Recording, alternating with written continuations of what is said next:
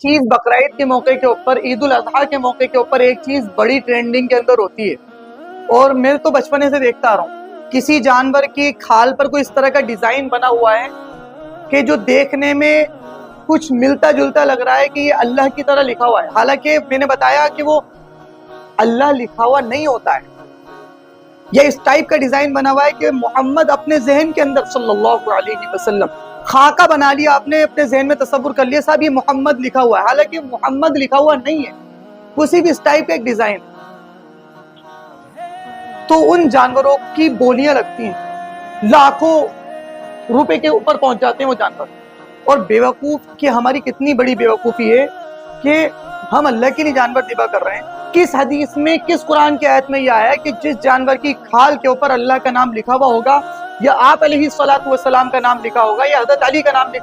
لکھا ہوا ہوگا، تو اس کی قربانی کرنے کی فضیلت زیادہ ہے؟ کس حدیث میں آیا ہے؟ لیکن اسی بھیڑ پڑتی ہے اور اس کی ڈیمانڈ بڑھ جاتی ہے۔ اس کا نتیجہ یہ ہوتا ہے کہ اکثر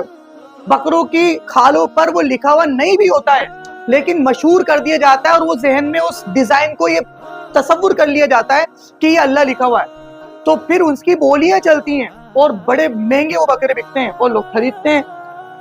یہ بڑی نادانی کی بات ہے۔ اور اگر میں یہ کہوں کہ حقیقت میں اگر کسی جانور کے اوپر اللہ لکھا ہوا بھی ہے، تو پھر ادب کا تقاضا یہ ہے کہ آپ اس جانور کو گندی جگہ بیٹھنے سے بچائیں، اس جانور کی کھال کو گندا کرنے سے بچائیں، چونکہ اس پر اللہ لکھا ہوا ہے۔ تو یہ تو بڑی ذمہ داری کی بات ہو جاتی ہے، بچہ جائے کہ ہم ذمہ داری پوری کریں، ہم اس کے ذریعے سے کمانے اور نام کمانے کی کوشش کر رہے ہوتے ہیں۔ یہ بیوقوفی ہے اس قوم کی۔